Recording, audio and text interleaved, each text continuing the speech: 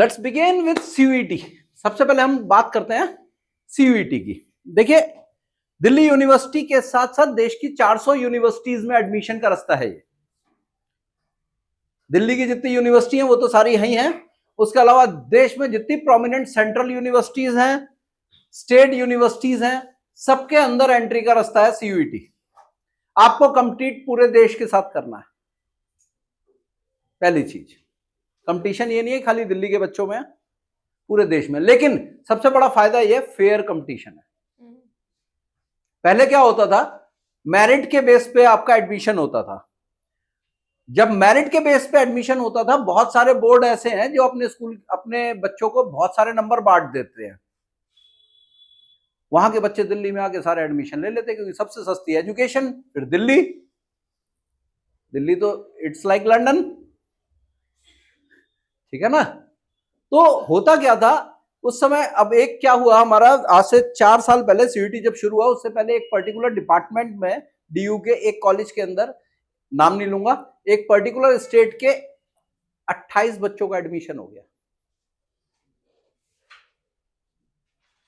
जितनी सीट थी सारी की सारी एक ही स्टेट ले गया, बाकी बेवकूफ रह गए। उनकी परसेंटेज थी, मेरिट पे ले गए। अब वो परसेंटेज कैसे आई कौन पूछ रहा है, अल्टीमेटली जो कागज पे नंबर लिखा होता है वो मैटर करता है। तो इस वजह से सीयूईटी आया, जबकि सब बच्चों को फेयर अपॉर्चुनिटी मिले। तो सीयूईटी शुरू करते हैं। क्या क्या होता है सीयूईटी में? कॉमर्स की बात करेंगे हम, केवल कॉमर्स की बात कर रहे हैं हम, ठीक है? विद और विदाउट मैथ्स दोनों लेंगे, ठीक है? विद और विदाउट। सबसे पहले हम विद मैथ्स के जो 4 सबसे प्रोमिनेंट कोर्सेज हैं उसकी बात कर रहे हैं। बीएफआईए, जिसके बारे में हमने पढ़ा, ठीक है? Bachelors of financial and investment analysis, जो कि आपका बीबीए के इक्विवेलेंट है, जो कि आप दिल्ली यूनिवर्सिटी से कर सकते हैं। ये सारा भी मैं आपको दिल्ली यूनिवर्सिटी का बता रही हूँ क्योंकि बाहर के स्टेट से लोग दिल्ली यूनिवर्सिटी में आते हैं। आप लोग फिर भी दिल्ली के हैं तो आप दिल्ली यूनिवर्सिटी को ही टारगेट करें सीयूईटी के थ्रू, ठीक है? नेक्स्ट है आपका BBE, bachelors of business economics and BMS. लेकिन इसके अंदर बहुत अच्छे लेवल की मैथ्स और जीएस चाहिए। क्या इसका कॉम्बिनेशन होता है? English plus maths plus GS. अच्छा, इंग्लिश जो है वो सिर्फ इंग्लिश नहीं है, लैंग्वेज एक आपको चाहिए, लेकिन हम सबकी एक कॉमन लैंग्वेज है जो कि हम स्कूल में पढ़ते हैं, इंग्लिश, ठीक है? अब इंग्लिश की जब हम बात करते हैं, इंग्लिश बहुत अच्छे से करनी है, सबसे स्कोरिंग है बीएस, बिजनेस स्टडीज, ठीक है? इंग्लिश की जब हम बात करते हैं, इंग्लिश बहुत अच्छे से करनी है। बेसिकली जो आपका रीडिंग कॉम्प्रिहेंशन वाला आता है उसके 3 पैसेज आते हैं। कितने? 3 पैसेज। तो मान लो अगर 3 पैसेज पूरे पेपर में आ रहे हैं तो कितना ज्यादा उसका हाई एक आपका वेटेज है। जनरली मैं आप लोगों को बहुत क्लियर बोलता भाई, पैसेज की प्रैक्टिस करते रहना। मैं अक्सर आपको बोलता, पैसेज की प्रैक्टिस हम स्कूल में नहीं करवा पाते, पैसेज की प्रैक्टिस करते रहिएगा, इसीलिए बोलते थे। नेक्स्ट, ठीक है? आपका रीडिंग कॉम्प्रिहेंशन, ये वाला पार्ट 3 पैसेज आपके कवर होंगे। सेकंड आपकी बेसिक ग्रामर जो आपने आज तक पढ़ी है वो, एंड थर्ड वोकैबुलरी। सबसे इंपॉर्टेंट रोल प्ले करता है वोकैब। कुछ बच्चे तो वोकैब तैयार कर रहे थे, मैंने सुना था, ठीक है? कितनी हो गई मुझे पता नहीं। वोकैब के अंदर 3 पार्ट मेन है, सिनोनिम, एंटोनिम, ठीक है, इडियम एंड फ्रेजेस, और तीसरी आपकी जर्नल वोकैबुलरी, जिसके अंदर आपका फॉरेन वर्ड्स जो होते हैं वो बहुत ज्यादा आपके प्रोमिनेंट आपको एग्जाम में दिखेंगे, ठीक है? क्योंकि इंग्लिश हमारा दोनों का कॉमन सब्जेक्ट है, हम दोनों ही इंग्लिश पढ़ाते हैं। आप हमारे चैनल पे अगर वीडियोस भी देखोगे तो हम दोनों के ही वीडियो मिलेंगे। मैं आजकल लिटरेचर लेता हूँ, मैम सारा का सारा ग्रामेटिकल पार्ट लेती है, ठीक है? तो जो कॉम्प्रिहेंशन वाला पार्ट है उसमें बहुत सारे बच्चे स्कोर कर लेते हैं, लेकिन अगर आपको लैंग्वेज अपनी स्ट्रांग रखनी है तो आपको वो कैब पे काम अगर आप करोगे तो आपको एक एडवांटेज मिलेगा। देखो, ये जो वोकैब है ना, आपके कॉम्प्रिहेंशन में बहुत काम आएंगे क्योंकि उसमें आपके पास सिनोनिम एंटोनिम के क्वेश्चन आते हैं। इसीलिए मैं आपको काफी टाइम से स्ट्रेस करता हूं, इस पे काम करो, वोकैब पे। अभी भी कुछ नहीं बिगड़ा, अभी से भी शुरू कर दोगे ना, I will tell you how to do it. अभी हम आगे चलते हैं, इंग्लिश आपका हो गया, मैथ्स आपकी जो है 11th 12th। 11th 12th के लेवल की मैथ आएगी इसके लिए। हाँ, जो आपका डोमेन सब्जेक्ट है उसके लिए, जो आपका जीएस वाला है वो अलग है अभी, ठीक है। हाँ, तो ये आपकी 11th 12th में जो आपने मैथ्स पढ़ी है सारे चैप्टर्स अच्छे से, उसके एमसीक्यू पूरा जो बेस्ड होता है, एमसीक्यू बेस्ड होता है सीयूईटी, ये आप याद रखना। और कंप्यूटर बेस्ड होता है, अभी तक जो लास्ट ईयर हुआ है वो कंप्यूटर बेस्ड हुआ है, उससे पहले उससे पिछला वाला पेपर दिया गया था पेपर दिया ओएमआर गया था। शीट पे। सो हर साल जो गाइडलाइंस है वो चेंज होती रहती है, वो जैसे ही आएंगी तो हम आपको अपडेट कर देंगे, ठीक है। जो अभी तक है वो आपका कंप्यूटर बेस्ड है, सीबीटी, इसे बोलते हैं सीबीटी, कंप्यूटर बेस्ड टेस्ट, ठीक है। 11th 12th की आपकी मैथ्स जितने भी आपके एमसीक्यूज हैं अच्छे से प्रिपेयर अच्छा करना। इसमें भी एक चीज ध्यान रखना, कई बार कुछ टॉपिक्स जो है ना डिलीट कर देते हैं, हाँ। कई बार कुछ ऐड कर देते हैं, तो इसका सिलेबस अलग रहता है। लेकिन जो बेसिक टॉपिक्स है, जैसे 12th में आप लोग बैठे हो, इंटीग्रेशन है, दैट इज देयर, कैलकुलस वाला पूरा पार्ट आपके पास रहता ही रहता है, तो ठीक है ना। 11th के टच से हटना मत कि 11th हो गई तो भूलिए कि वो वाला पार्ट भी इसके अंदर कवर होता है। इसके बाद आता है आपका जीएस। जीएस के अंदर आपके 3 पार्ट्स हैं, मैथ्स, क्वांट्स जिसे बोलते हैं, रीजनिंग और आपका जीके, ठीक है। क्वांट्स आपका प्रॉफिट एंड लॉस, स्पीड, ये वाला जितना भी आपका इंटरेस्ट वगैरह ये सारा आता है कंपाउंड इसके अंदर। इंटरेस्ट हो गया, बेसिक वाली जो मैथमेटिक्स जो हमने होती थी ना, 10th तक 10th मैथ्स तक पढ़ी थी, 8th 9th 6th 7th 8th 9th वाली मैथ जो है वो इसमें होती है। इसमें आपको बेसिकली टाइम का बड़ा ध्यान रखना हाँ। पड़ता है। नेक्स्ट है आपका reasoning, logical and analytical reasoning. जैसे आपको इंग्लिश में भी आजकल एक वो असर्शन रीजनिंग का क्वेश्चन हाँ। आता है, वो केवल नाम का है, ठीक है। हाँ, जैसे लेवल इसके थोड़ा अंदर सा अलग हो जाता है। सीरीज वगैरह होती है कि इसके बाद कौन सा नंबर आएगा, इसके बाद कौन सा अल्फाबेट आएगा, वो पूरा पार्ट इसके अंदर, वाटर इमेजेस, टाइम, ये सब इसके अंदर आता है। नेक्स्ट आता है आपका जीके। जीके के आपके 2 पार्ट्स हैं, एक आपका स्टैटिक, मतलब जो सेम रहता है, for example tallest mountain, largest building, ये सब तो ऐसा नहीं है, मतलब जब चेंज होगा तब वो अलग हो जाएगा, लेकिन जो हमारा चलता है। जीके को 2 पार्ट में डिवाइड कर लो। वैसे तो जीके अपने आप में ना 5-6 पार्ट में डिवाइड होती है। पहले लो हिस्ट्री, उसके बाद जियो, उसके बाद पॉलिटी, उसके बाद साइंस में physics, chemistry, bio, physics, chemistry, bio, उसके बाद कंप्यूटर, ठीक है। उसके बाद एक अलग से बहुत अच्छा वाला पार्ट कहलाता है, that is called current affairs. Current affairs ये एक ऐसा पार्ट है जो बच्चों का टच नहीं होता, क्योंकि आप लोग न्यूज़पेपर नहीं पढ़ते हो। लेकिन ये आपको बहुत अच्छे से करना है, क्योंकि यही बेसिकली पूछा जाता है आपके एग्जाम में। और बीकॉम वाले बच्चे एक चीज और ध्यान रखना, आपको बीबीए बीकॉम वाले बच्चे, आपको बिजनेस इंडस्ट्री से रिलेटेड जितने करंट अफेयर्स हैं, बजट की नॉलेज है, ये बिजनेस स्टडीज के पार्ट में एंटर कर जाती है। तो आपको इन चीजों की नॉलेज होनी जरूरी है, ठीक है। ये जीके का पार्ट है। बीएस आपका 11th 12th वाली अच्छा, आपकी BS मैं आपको जो रहती है। बता रहा था, आपको पढ़ना क्या है, बीएस है, जितनी केस स्टडी है, जितनी केस स्टडी है, सबकी नोट्स बना लेना भाई। सबके केस स्टडी आती है पेपर में, इसमें तो तुम्हें अलग से कोई मेहनत नहीं करनी ना भाई। 50% मेहनत खत्म हो जाएगी, फिर बेसिक चीजें समझने की रह जाएंगी खाली एमसीक्यू में। केस स्टडी गेम खेलती है, जैसे इंग्लिश में कॉम्प्रिहेंशन गेम है, ऐसे ही बिजनेस में केस स्टडी का गेम है। Nobody tells you these things, जो तुम्हें मैं बता रहा हूं, ये तुम खुद कर सकते हो, इसमें तुम्हें कोई गाइडेंस नहीं चाहिए। आपका स्कूल का टीचर आपको ये चीजें पढ़ाता है, बस ध्यान से पढ़ना है, ठीक है। अब इसके बाद आ जाइए, क्राइटेरिया जो है इसका 50 to 60%, मतलब कई कोर्सेज के लिए 50% चाहिए 12th में और 60% कई के लिए, लेकिन आप उस हिसाब से मत पढ़ना। इसके लिए जो है ना थोड़ा सा ज्यादा चाहिए होता है, क्योंकि इसकी वेटेज कट ऑफ में काउंट होती है आपकी 12th की। 85-90 के एवरेज रख के चलना। लेकिन मैं वही आपको बता रही हूँ कि आप इसके हिसाब से मत पढ़ना जो क्राइटेरिया है। जनरली सबके बच्चों के माइंड में हो गया 50% के बाद तो हम सीयूटी दे ही सकते हैं, दिक्कत क्या, ज्यादा क्यों मेहनत करें। लेकिन वही सब जो है पोर्शन, वही आपका सीयूटी में आना है। तो अगर आप 12th नहीं प्रिपेयर कर पा रहे हो अच्छे से, तो 2 महीने के अंदर, 2 भी महीने आपको नहीं मिलते, क्योंकि तुम्हारी अप्रोच कैजुअल होती है उस समय। आपको 1.5 महीने के अंदर आपका पूरा 11th, पूरा 12th, जीके, मैथ्स, फॉन्ट्स सब कुछ करना है, रीजनिंग, सारी चीजें करनी है सारी आपने, चीजें करनी है, ठीक है ना। ठीक तो है। इसीलिए बोल रहा हूं, अभी से प्रॉपर तरीके से जो कर सकते हो करना शुरू करो, वोकैबुलरी पे काम करो, ठीक है। वोकैबुलरी के लिए हमारे इडियम एंड फ्रेजेस के पूरी सीरीज चल रही है अल्फाबेटिकली, हार्डली 10 मिनट का।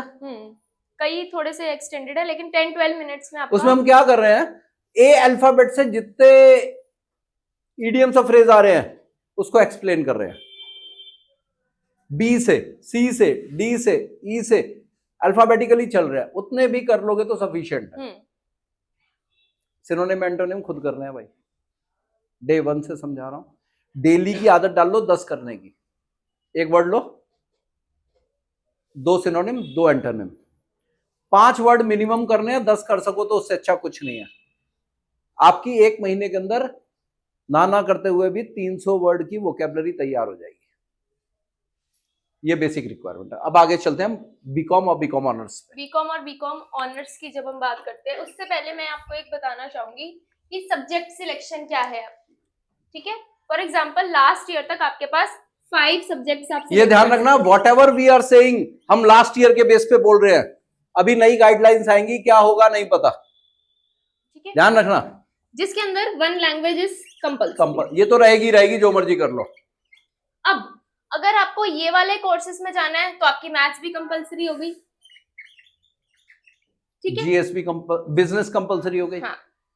और इसके अलावा आपके डोमेन, ठीक है। तो आपको हो सकता है कि अपना एक सब्जेक्ट छोड़ना पड़े, हो सकता है आपको लगता है अकाउंट्स हमारा बहुत अच्छा है, इको बहुत अच्छा है, इको छोड़ना पड़ जाए, क्योंकि जो आपकी सब्जेक्ट कॉम्बिनेशन बनती है ना, वो 3 सब्जेक्ट्स प्लस 1 लैंग्वेज की बनती है ऑलमोस्ट कोर्सेज के लिए। ये वाले के लिए अलग हम छोड़ दे तो हो सकता है आपको एक सब्जेक्ट छोड़ना पड़े। तो ध्यान रखना, मैथ्स बहुत बहुत बहुत अच्छी है और कर सकते हो डेडिकेटेडली तो ही इनकी तरफ जाना, नहीं तो जो कोर्सेज आप अच्छे कॉलेजेस में ले सकते हो वो भी खराब कर दोगे। और उससे पहले एक बार दिल्ली यूनिवर्सिटी का नोटिफिकेशन जरूर पढ़ लेना कि मैथ कहां पे कंपलसरी है। समटाइम्स बीकॉम ऑनर्स में कंपलसरी कर देते हैं, तो आपको लेनी ही पड़ेगी, क्योंकि आप कॉमर्स के स्टूडेंट्स हैं, बीकॉम ऑनर्स के लिए तो आप जाएंगे, ठीक है। लेकिन अगर ऐसी ही गाइडलाइंस रहती हैं और मैथ्स में थोड़ी सी दिक्कत आती है तो मैथ्स फिल मत करना, फिर बाकी जो डोमेन है वो आप फिल करना। सपोज कीजिए आपके पास इकोनॉमिक्स अकाउंट्स स्ट्रांग है, हाँ, गो फॉर इट, फिर इसको मत देखना, क्योंकि अभी आपको लगता है हाँ कर लेंगे, लेकिन ध्यान रखना बाद में बहुत दिक्कत होगी। तो अगला जो पॉइंट आता है वो आता है क्या, नेक्स्ट पॉइंट हमारे पास आता है, अब आता है हमारा बीकॉम, ठीक है। ये सब्जेक्ट सिलेक्शन हमारा हो गया। नेक्स्ट आता है हमारे पास बीकॉम, जो आपका एक सब्जेक्ट को ऐसा कोर्स है जो कि कॉमर्स वाले ऑप्ट करते ही। इसमें 1 लैंग्वेज प्लस आपके 3 डोमेन। डोमेन क्या होते हैं, जो आप 12th क्लास में सब्जेक्ट्स पढ़ते हैं ना, वो क्या होता है। For example accounts, economics, business, ये आपके डोमेन सब्जेक्ट्स होते हैं, समझ आया, ठीक है। तो ये आपकी एक लैंग्वेज और आपके 3 डोमेन। लैंग्वेज आपकी इंग्लिश हो गई, 3 डोमेन। अगर बीकॉम के लिए जा रहे हो तो बहुत ईजी है, 12th में अच्छे से प्रिपेयर कर लो। यहाँ पे ऐसे ही इकोनॉमिक्स के अंदर जो है ना, इको के अंदर भी आप अपनी केस स्टडीज और बेसिक्स को अच्छा करते चलो, कोई इश्यू ही नहीं, फिर आपकी दिक्कत खाली एक बचेगी, लैंग्वेज। हाँ, और लैंग्वेज की जब हम बात कर रहे हैं तो वो आपकी 11th-12th वाली लैंग्वेज नहीं आएगी इंग्लिश की, ये याद रखना। कोई राइटिंग स्किल नहीं आ रही, कोई लिटरेचर नहीं आ रही, हाँ, वो बचपन से आज तक जो पढ़ी है वो वाली इंग्लिश आएगी, फिलअप्स आएंगे, रीऑर्डरिंग सेंटेंसेस, एरर ओमिशंस, इसका हम पूरा एक अलग से वीडियो इंग्लिश का दे देंगे आपको, so that you can understand the things. Next आ जाता है आपके पास BCom honours. BCom honours math वाले बच्चे अभी तक तो सब ले सकते हैं, लेकिन 1 language plus 2 domain plus accounts और मैथ्स, ठीक है। अभी तक था, दोबारा बार बार इस चीज को हम क्लियर कर रहे हैं, इन दोनों में ऑप्शन था, ओके। अब क्या आएगा गाइडलाइंस, क्योंकि ये पेपर कंडक्ट कराता है एनटीए, लेकिन हर यूनिवर्सिटी अलग अलग अपनी गाइडलाइंस देती है। एक और चीज ध्यान रखना, सॉरी बताना भूल गए हम, ये दिल्ली यूनिवर्सिटी का बता रहे हैं हम मैक्सिमम। हर यूनिवर्सिटी के अलग अलग क्राइटेरिया हैं। अगर तुम सोचो इस क्राइटेरिया से हम आईपी में एडमिशन ले ले, नहीं ले सकते, उसमें फिर वो बची कुची चीजें मिलेंगी। आईपी के लिए जरूरी हो जाता है लास्ट वाला पार्ट, जीएस। जीएस के बिना नहीं होगा, ठीक है, क्योंकि आईपी का जो अगर बीबीए का भी पेपर दे रहे हो तो आपके पास 4 सब्जेक्ट होते हैं केवल, English, quants, reasoning and business GK. ठीक है ना। तो ध्यान रखना, there is a difference between the things which comes under CUET. इस पेपर में भी यूनिवर्सिटी वाइज बहुत सारे चेंजेस रहते हैं। हम आपको टारगेट डीयू दे रहे हैं, टारगेट डीयू इसलिए दे रहे हैं भाई, दिल्ली का है, इससे अच्छी और इससे सस्ती एजुकेशन नहीं है। प्लस कॉलेज जाके फीलिंग आए कॉलेज में हो। 500 गज के इंस्टीट्यूट में जाने का कोई फायदा नहीं है।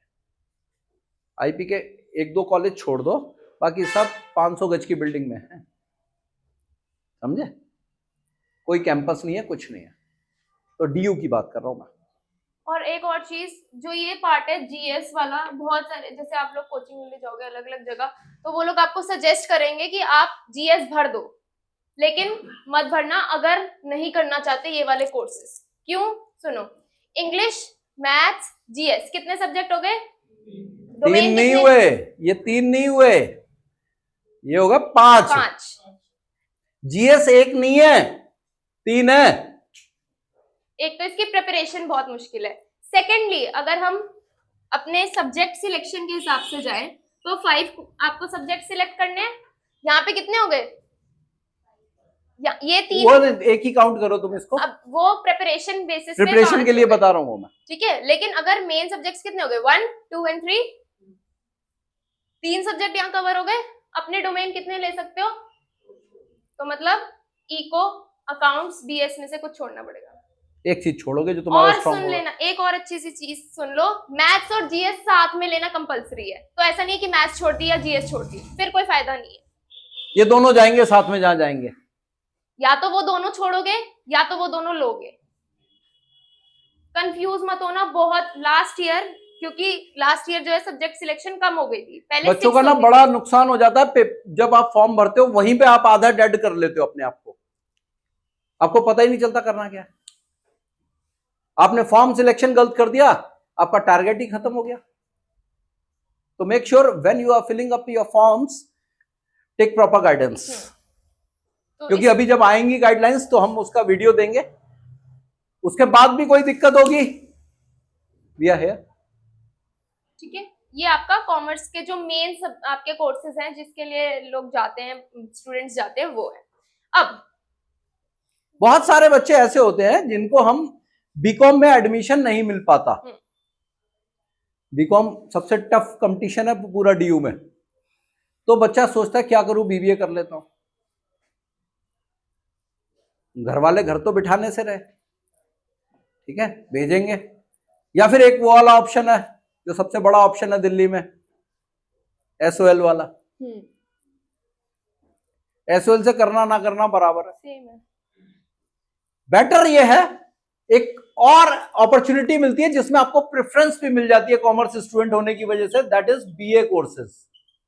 बीए प्रोग्राम के कोर्स होते हैं। अब कहते हैं हम बीए क्यों करें भाई, हमने तो अकाउंट्स पढ़ी।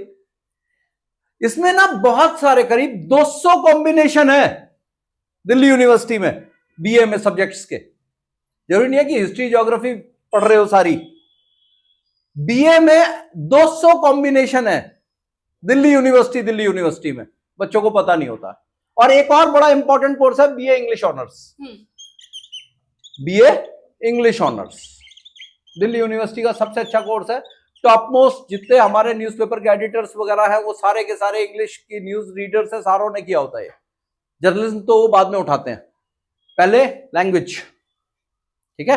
अब इसका मैं एक छोटा सा फायदा बताती हूँ तुम्हें, ठीक है। मान लो तुम्हारे पास अब बीए होता कैसे है, आज के टाइम पे जो दिल्ली यूनिवर्सिटी में बीए हो रही है उसमें आपको 2 सब्जेक्ट का कॉम्बिनेशन मिलता है।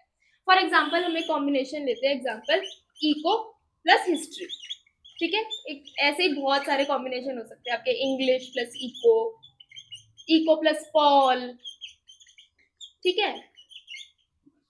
ऐसे ही बहुत सारे कॉम्बिनेशन आपके बनते हैं। तो इसमें आप क्या कर सकते हो, इको और हिस्ट्री आपके पास 2 सब्जेक्ट्स हैं, इन दोनों में से जिसको भी आप मेजर लेते हो, एक वर्ड ध्यान subject रखना, होता है मेजर, एक होता है माइनर, ठीक है। जिनको भी मेजर लेते, जो भी मेजर आप ले सकते हो उसमें आप आगे जाके ऑनर्स कर सकते हो। मतलब अगर 3 साल का आपने किया तो आपको बीए प्रोग्राम की डिग्री मिलेगी। अगर आप यही मान लो आपने इको मेजर लिया है और वो 4th ईयर भी कर लिया, तो आपकी वो इको प्लस हिस्ट्री में बीए नहीं होगी, वो आपकी इको ऑनर्स हो जाएगी। Got it? समझ में आया ये पॉइंट? तो मान लो अगर आपको इको ऑनर्स में जाना है लेकिन आप नहीं जा पाए, तो आप इसके लिए भी ऑप्ट कर सकते हो। और 4th ईयर करना पड़ेगा बस। और आगे जाके मान लो अगर जैसे आपका कोई और प्रोग्राम बन गया कि आपको हिस्ट्री में इंटरेस्ट आने लग गया, पढ़ते पढ़ते कई बार ये आ जाता है, तो आपको चांस मिलता है 1 साल के बाद कि आप अपना मेजर चेंज कर सकते हैं, तो फिर उसके बाद आप हिस्ट्री में भी ऑनर्स कर सकते हैं। It is up to you, ठीक है ना? इसके अंदर एक फ्लेक्सिबिलिटी आपको मिल जाती है कि आप आगे ऑनर्स भी कर सकते हैं, ग्रेजुएशन भी कंप्लीट कर सकते हैं, और 2 आपके पास सब्जेक्ट्स आपको मिल जाते हैं। अब बेसिकली हम आपको क्यों कह रहे हैं भाई, दिल्ली यूनिवर्सिटी से अगर बीकॉम नहीं हो रहा तो बीए कर लो।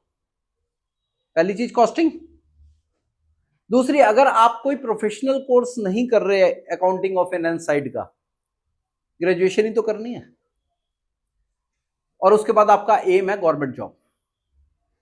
क्या? Government job. अच्छा, इसके लिए आपको कोई अलग फॉर्म नहीं भरना। हाँ, सीयूटी में है। सीयूटी का जो आपने फॉर्म भरा है ना, उसके बेस पे बस रैंकिंग में आपको ये मिल जाएंगे। हाँ, और इनका भी आपके सब्जेक्ट वही रहते हैं, 1 लैंग्वेज एंड 3 डोमेन।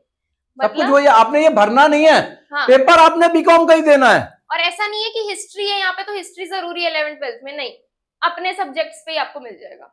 ठीक है ना? इसलिए बोल रहे हैं कि सपोज करो कुछ बच्चों को गवर्नमेंट जॉब में जाना है, अब गवर्नमेंट जॉब में जाना है तो ग्रेजुएट ही तो चाहिए, तो वाई टू स्पेंड 4-5 लाख रुपए, 6 लाख रुपए मिनिमम खर्च होगा।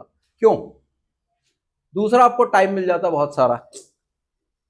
जब आप डीयू से करते हो ना, टाइम की कोई कमी नहीं है। आप अपनी लेट इट बी, आपको लगता है कि भाई मैंने सिविल्स की तैयारी करनी है, सिविल इंजीनियरिंग नहीं, नाली नहीं बनानी, सिविल्स एग्जाम्स की, यूपीएससी की करनी है, एसएससी की तैयारी करनी है, डीएसएसबी की करनी है, रेलवे की करनी है, ठीक है ना? पूरे 3 साल आपके पास हैं, जो आप 100% डेडिकेशन के साथ स्किल भी ले लो और गवर्नमेंट जॉब की तैयारी भी ले लो। थोड़ी सी गवर्नमेंट जॉब के बारे में साथ साथ क्लियर करते हैं। अब जो आपका पॉइंट था वो हम साथ साथ क्लियर करते हैं। गवर्नमेंट जॉब 10th के बेसिस पे भी होती है, 12th के बेसिस पे भी होती है, और ग्रेजुएशन के बाद भी होती है। 10th वाला तो अभी हम डिस्कस नहीं करेंगे, अभी हम 12th कर देता हूं, मैं साथ साथ बताता हूं, मैं वर्बली बताता हूं, छोड़ दो एकदम। देखिए, 10th के बेस पे जो गवर्नमेंट जॉब है ना, वो क्या है? क्लैरिकल लेवल की जॉब्स होती हैं। बेसिक पे आपके पास सैलरी लगभग 28-30 हजार के करीब आपको मिलती है, ठीक है। इसके लिए आपके पास 10th और 12th के बेस वाली जितनी जॉब हैं, सबके लिए आपके पास अलग अलग क्राइटेरिया होता है। एक सिंपल एग्जाम होता है, उसके बेस पे आपका सिलेक्शन होता है। अच्छा, ये जो हमारा जीएस है ना, जितना इंग्लिश, रीजनिंग, बेसिक मैथ और जीके, सारे पेपरों में यही आने हैं। सीयूईटी के जो ये 2 सब्जेक्ट है, एक जिसे जीएस बोलते हैं और इंग्लिश बोलते हैं, इसमें आपकी सारी गवर्नमेंट जॉब कवर होती है, सारी गवर्नमेंट जॉब कवर होती है, ठीक है। उसके अलावा कुछ जॉब होती है क्लैरिकल्स के अंदर, जिसमें आपको stenography, typing, computer basic certificate ये चाहिए होता है। Stenography is a language, dictation जैसे देते हैं ना ऑफिसर्स, तो वो स्टेनो में लिखते हैं, स्टेनोग्राफी में उसको जो लिखते हैं तो वो बड़ा कम टाइम लगता है। एवरेज स्पीड जो है 80 to 100 वर्ड्स पर मिनट की चलती है। अब जैसे मैं बोल रहा हूँ 80 to 100 वर्ड अगर पर मिनट में बोल रहा हूँ, अगर तुम्हें इंग्लिश में लिखने को दे दिया जाए तो you can not write, possible ही नहीं है। तो steno will help you out in doing that. उसके साथ साथ स्टेनो का ही पार्ट है टाइपिंग एंड कंप्यूटर, ये सारी चीजें आपने साथ साथ करनी होती है। अच्छा रहता है। कोर्ट की जितनी जॉब है नीचे के लेवल की, सब में स्टेनो चाहिए होता है। दिल्ली पुलिस में भी बहुत सारी जॉब्स ऐसी है जो स्टेनो में आती है। क्लैरिकल लेवल के डीएसएसबी के अंदर भी आती है, डीडीए में भी आती है, पीडब्ल्यूडी में भी आती है। सब डिपार्टमेंट में इस तरह की जॉब्स आपको मिल जाती हैं, ठीक है।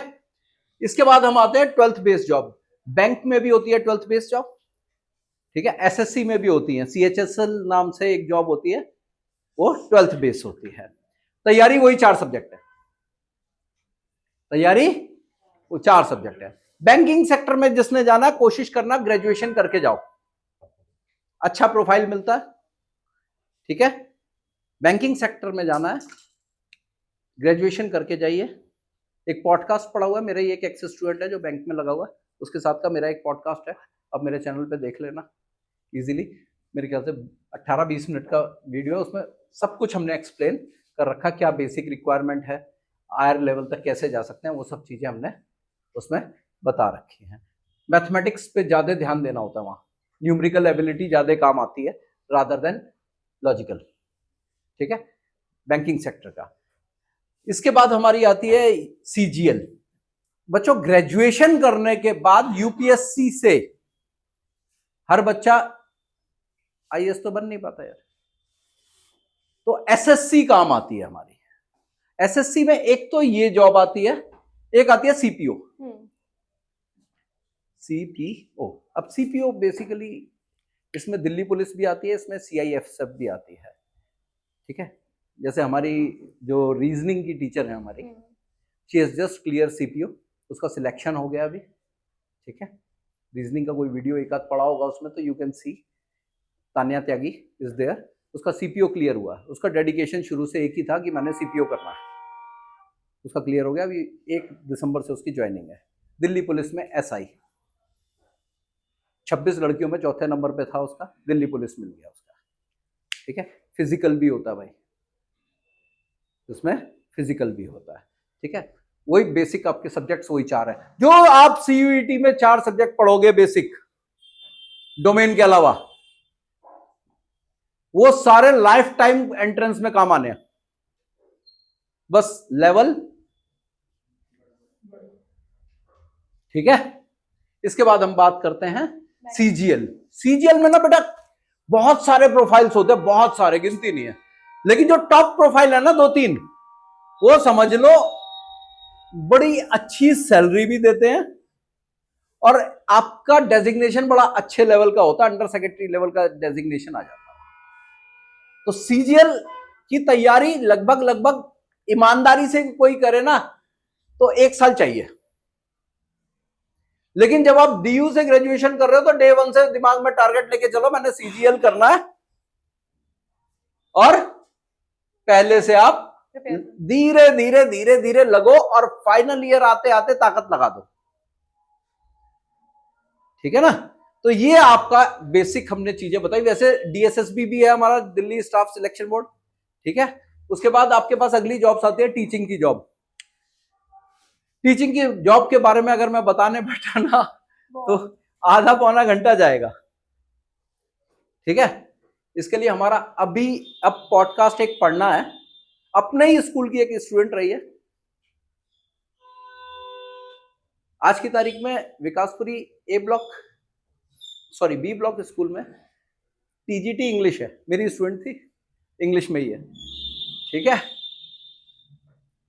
उसका पॉडकास्ट अभी लिया था हमने, कोशिश करेंगे आज शाम को डाल दें, नहीं तो नेक्स्ट वीक डालेंगे।